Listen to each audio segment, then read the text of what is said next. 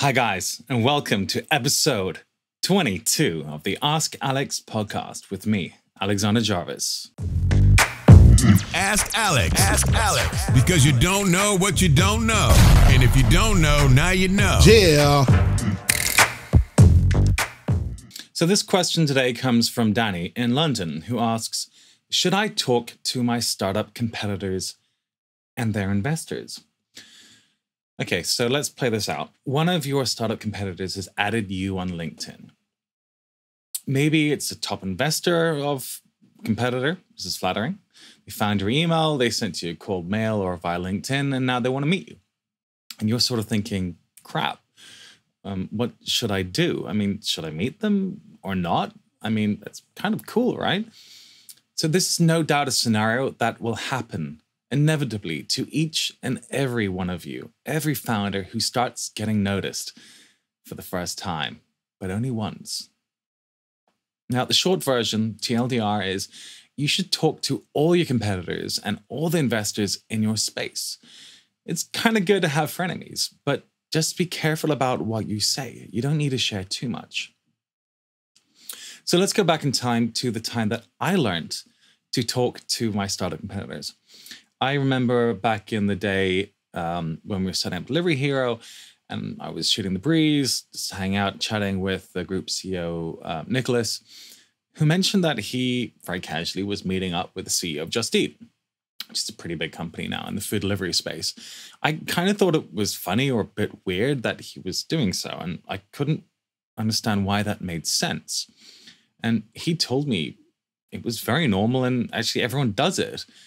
And so after that chat, I actually started doing the same. I added the founders of all our local competition and I set up meetings, like Menulog. I didn't actually know what the fuck I was doing, but it was a learning experience. And I recommend you do the same. Only pay attention now so you don't have to figure everything out yourself like I did. So, who are your startup competitors? Frankly, I wager the top one is actually you messing up. I reach out to all competitors, tangential or not. I like meeting people, and frankly, I love learning. And I'm not done enough to share the special sauce of whatever I'm doing. Also, even if I did, would that really change anything? Look, execution is so hard. If you're given the step-by-step playbook, you probably would still fail. Sorry, no offense, right? You know, Uber has a playbook which they use to launch new cities, and I've got lots of friends who've been launchers for Uber. There's not actually a book, it's actually in Asana and stuff, so you can't really give it, but let's just pretend I gave it to you, and you were in the taxi space too. Would you still beat Uber in your city? Well, probably not. I mean, Lyft is still not really kicking ass, but let's see how they do in London. You frankly just don't have the funding, the access to the talent, the tech, the brand, and hell, maybe even the work ethic. So taking the resource dependency theory, nerd alert, of the firm, you simply just don't have the bundle of resources to compete. But frankly, startups are rarely each other's competitors. Last year, I reached out to a competitor, and he actually simply responded to me with the point I really liked, which was, startups are rarely each other's competitors. It's actually a company called Hyperscience in New York, which I think is really cool. Anyway, I just thought that was concurrently dramatically simple as well as profound. Like in most cases, your chief competitors are twofold. Firstly, your incompetence. You suck and you don't have resources. But look, startup's hard. I don't blame you. And secondly, inertia. Sure, you're a visionary, but your clients aren't. You always have competition. So don't say in your pitch deck that you don't. Like, doing nothing doesn't get you fired, but it also doesn't create work. Look, there's also two kinds of company. Like one, lifestyle. In rare exceptions, bootstrapping doesn't result in an Atlassian scale exit. You just don't really matter in the context of impacting an industry like Microsoft used to, or Snapchat might, but who knows? Making $1 million is freaking awesome for you. And dude, like, mad props. But relatively, you're a peon in the industry. Now, as a VC, you know, you need to impact and warp the minds of everyone to make the returns a VC needs. I'll share a couple of interesting blogs that you should read in the show notes around this, but moving on. Look, to make crazy VC required returns means that you're doing things differently. You think different by definition.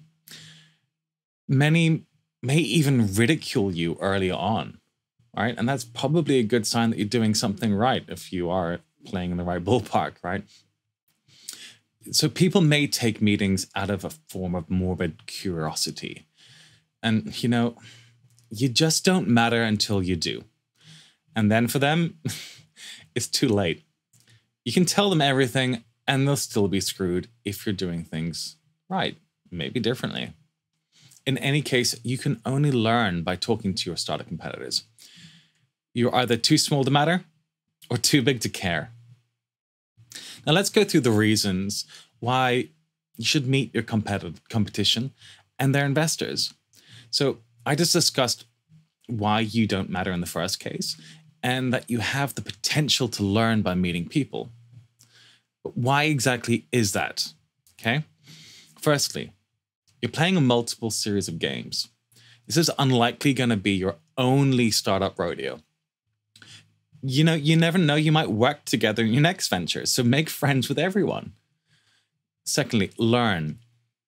Startups are rarely each other's competition, as I said. Learnings can help you, so long as you don't say anything really, really dumb. But frankly, if you gave their CEO your whole data room, what would they really learn? And frankly, could they be bothered to spend the time even parsing it? Startup is just about getting shit done, like execution, man. Talking to smart people might help you think about things differently and even get a moment of clarity. Next, exit. Acquisitions don't just happen. They are engineered. You should be talking to all of your potential acquirers. Yes, your competitors are your potential acquirers. So as Mark Suster, who's actually the #1 person I want to meet if you fancy making an intro, he wrote this great blog and he said about lines, not dots. And I'll make a link to that again for you to read. So interactions with potential acquirers are needed to position yourself for an exit in future. You need to develop, you know, a relationship where they think, fuck, these guys are really interesting. So this is, you know, it's a fab up to see if they may be the buyer to help you get to that fabled exit. Next, invest. There are actually investors who invest in competing companies. Sequoia, for example, allegedly, they don't care who wins so long as there's a winner, and a big one at that. How info within a company is Chinese walled is, of course, a question, but needs must. Sure, there are dodgy Daves in the industry, but at heart, most people are good and they care about their reputation if they plan on being around for a while. Now, next, competition. Hey, what do you think about Zabading Ding Ding Dingo? How are you different? If you have ever tried to raise funds, this is a question you will have heard before, but not that weird fucking sound that I just made. It doesn't matter if they sell hot dogs and you're selling burgers. You still need an answer to that question. So not knowing the startup competitors your potential stakeholders think are your competitors can actually be sort of dangerous. So meeting with all your competitors allows you to respond to such questions with, sure, met with the CEO 3 weeks ago. They aren't really focused on our space. And let me tell you why. Instead of, look, but do you know what? It has happened to me too. Just hope you are, 1, great at Googling really fast, and 2, that their landing page is informative so you can bullshit them really fast. Now, 3 more points. Pumping up the company. Most company communication sucks. Founders do not share enough with their staff. Staff are at a startup, not for a big pay, but to kick some ass. So make sure your staff know whose ass they are kicking. And what better way to come into the office and explain to your staff, if you're Gen X, or Slack if you're Gen Y and don't like to talk to people anymore, that you just met the competition and you're going to slay them for reasons 1, 2, and 3. You are George and you've just met the dragon. Look, Jobs had Apple and Mac fight each other against each other internally. So what can you do with an external Northern Star to rally everyone around to go in battle? Next, competition doesn't suck. So I know you love to say your competition sucks and you're just freaking awesome, you rule. But they don't. They have the same challenges. So don't believe your own hype. I have my own reality distortion field too. And competitors have kicked my ass. Sales guys who left my startups in the past, and they went to competitors, said they saw the numbers, and we didn't have a freaking clue how much bigger and better than they were, than we thought they were. That was a humbling moment. We thought we were the kings of the universe. So don't take competitors for granted. They're probably much better, maybe even much bigger than they let on and that you think. And finally, motivation. You need to understand your competition to beat them. I love this quote from Ender's Game. You need to play your own game. Don't do what the competition do, or you generate beta, not alpha in terms of market nerd terms. So don't belittle your competition. Be classy, but also be a little bit paranoid.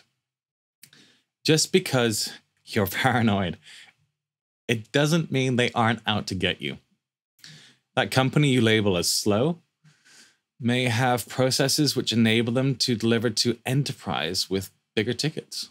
That company that just does retail banking, well, they may have built a new product targeted at your demographic that just took them 6 months to build behind the scenes. Only the VCs they are talking to raise 20 million actually know about, and maybe that's the reason they're passing on you. So here's this quote from Ender's Game by the author Orson Scott Card. In the moment, when I truly understand my enemy, understand him well enough to defeat him, then in that very moment, I also love him. I think it's impossible to really understand somebody, what they want, what they believe, and not love them the way they love themselves. And then, in that very moment, when I love them, I destroy them. Okay. So here are some things to note about managing the conversation with startup competitors. Hopefully, what we talked about makes sense. You want to take the meetings, and you also want to investigate them.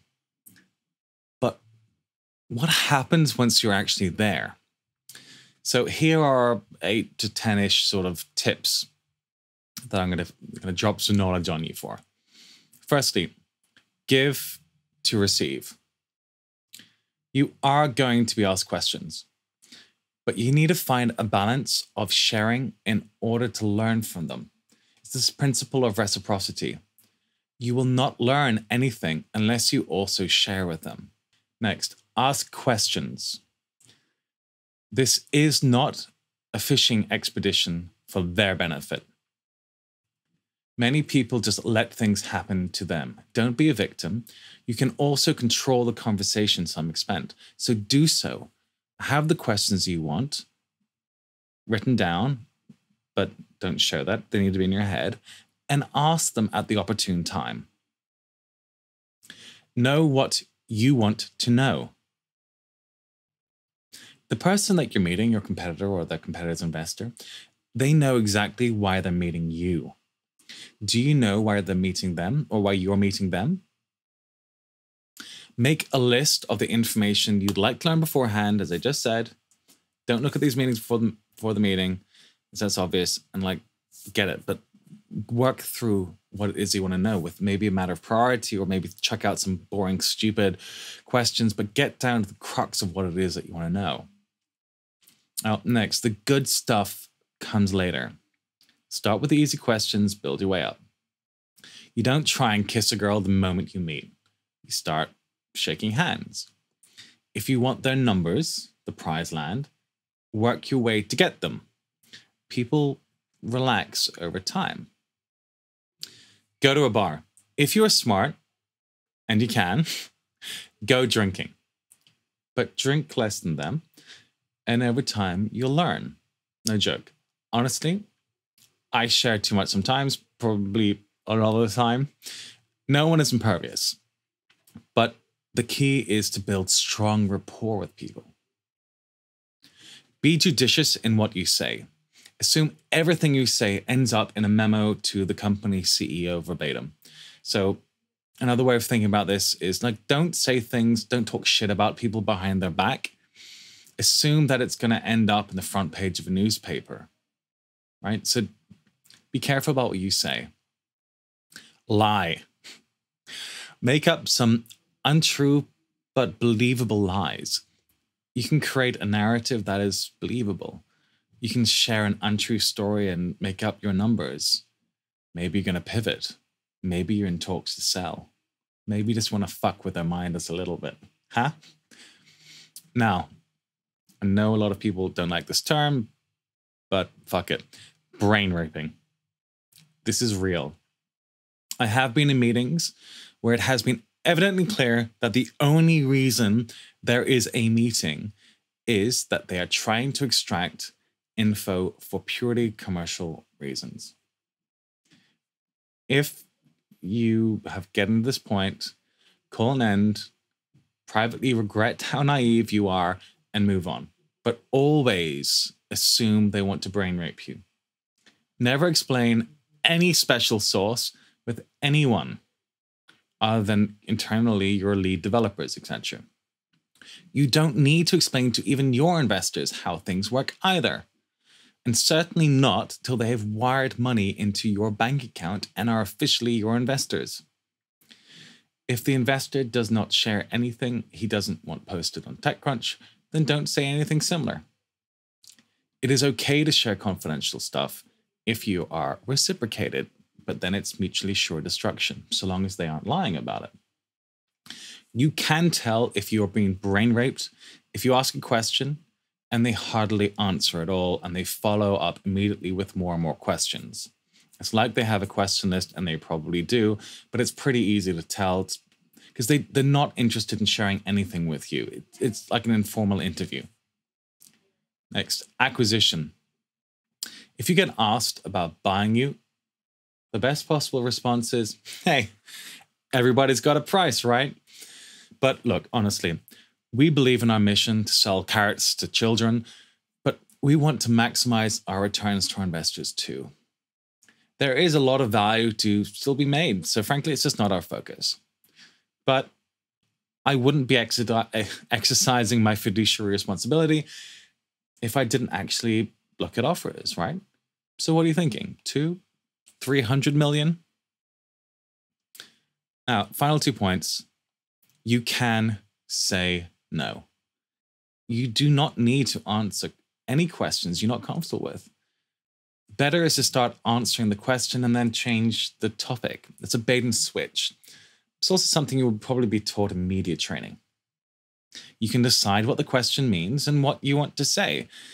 They'll probably get the sense that, you're not quite answering the question, but they can't quite put a finger on it because you're being a politician. And let's face it, that's what politicians are employed for. So be a little bit political. Finally, there are legal aspects of this, but you probably aren't big enough to care about competition legalities. If you are, again, I'll put a link for you to do some reading on, but I would forget about legal stuff. Because frankly, like in the previous podcast, your patents, your trademarks, all that shit, it's only as valuable as the budget you have to take people to court. And my guess is you probably don't have that much money, and that money could probably be much better spent growing your company. I was going to include here a little clip from Silicon Valley TV series where the guys get brain raped. I'm not quite sure how the DMCA and all that kind of stuff works. Not that I'm like a huge deal, but if you want to check out the clip and see what mind raping looks like in practice, head over to the blog post. By the way, every blog post for the Ask Alex podcast, which is also on YouTube, there's a page for that on alexanderjarvis.com. Okay, guys, that was the end of that topic. If you'd love to get featured your question on the Ask Alex podcast, reach out to me at alexanderjarvis.com/Ask Alex, and I'd be happy to help. Now, finally, if you're stressed out about your fundraise and your pitch deck and it's a little bit cruddy, head over to perfectpitchdeck.com. The guys there specialize in making everything pretty. Or if you don't quite know your messaging, to how you build your narrative and build a deck which investors will take seriously. Hey, they may still say no, but at least you're more likely to get a meeting where they take you seriously. That's perfectpitchdeck.com. Thanks, guys.